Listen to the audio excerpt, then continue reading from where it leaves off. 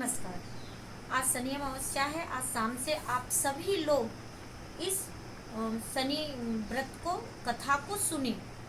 अगर आप खाए पिए हैं तब भी सुने, इसका लाभ अवश्य होगा।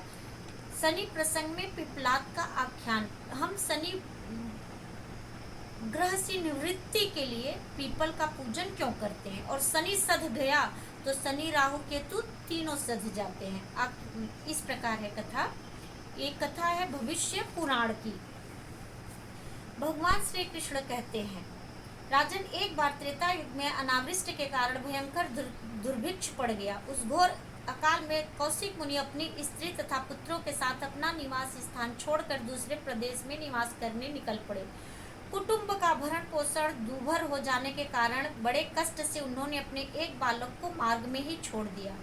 वह बालक अकेला भूख प्यास से तड़पता हुआ रोने लगा।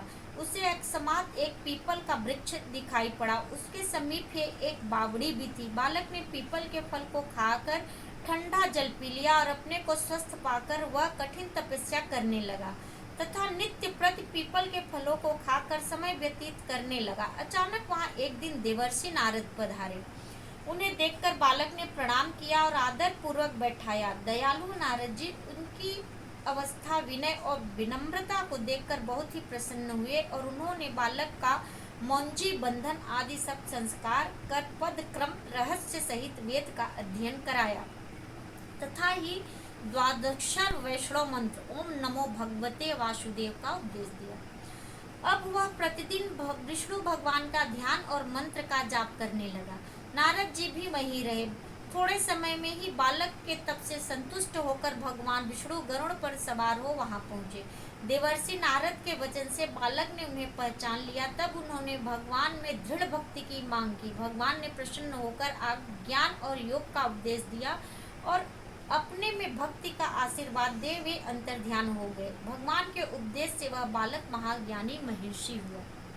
एक दिन बालक ने नारद जी से पूछा, राजन महाराज, यह किस कर्म का फल है जो मुझे इतना कष्ट उठाना पड़ा? इतनी छोटी अवस्था में भी मैं क्यों ग्रहों द्वारा पीड़ित हो रहा हूँ? मेरे माता पिता का कुछ भी पता नहीं, वे कहाँ हैं, फिर भी मैं अत्यंत कष्ट से जी रहा हूँ। द्विज, तो सौभाग्यवश आपने दया करके मेरा संस्कार किया और मुझे ब्रह्मणत्व प्रदान किया। नारद जी यह वचन सुनकर बोले, बालक, शनैश्चर ग्रह ने तुम्हें बहुत पीड़ा पहुंचाई है और आज वह संपूर्ण देश उसके मंद गति से चलने के कारण उत्पीड़ित है। प्रभो, वह अभिमानी शनैश्चर ग्रह आकाश में प्रज्वलित दिखाई पड़ रहा है। यह सुनकर बालक क्रोध से अग्नि के समान प्रदीप्त हो उठा। उसने उग्र दृष्टि से देखकर शनैश्चर को आकाश से भूमि पर गिरा दिया। शनैश्चर एक पर्वत पर गिरे और उनका पैर टूट गया, जिससे वे पंगु हो गए। देवर्षि नारद भूमि पर गिरे हुए शनैश्चर को देखकर अत्यंत प्रसन्नता से नाच उठे। उन्होंने सभी देवताओं को बुलाया। ब्रह्मा, रुद्र, इंद्र, अग्नि आदि देवता वहां आए और नारद जी ने शनैश्चर की दुर्गति सबको दिखाई। फिर ब्रह्मा जी ने बालक से कहा, महाभाग, तुम्हें पीपल के फल भक्षण कर कठिन तप किया है, अतः नारद जी ने तुम्हारा पिपलाद नाम उचित ही रखा। तुम आज से इसी नाम से संसार में विख्यात होगे।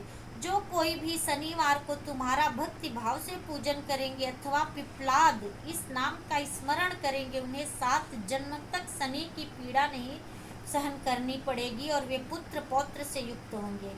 अब तुम शनैश्चर को पूर्वत आकाश में स्थापित कर दो, क्योंकि उनका वस्तुतः कोई अपराध नहीं है। ग्रहों की पीड़ा से छुटकारा पाने के लिए नैवेद्य, निवेदन, हवन, नमस्कार आदि करना चाहिए। ग्रहों का अनादर नहीं करना चाहिए। पूजित होने पर शांति ग्रह प्रदान करते हैं। धन्यवाद। इसे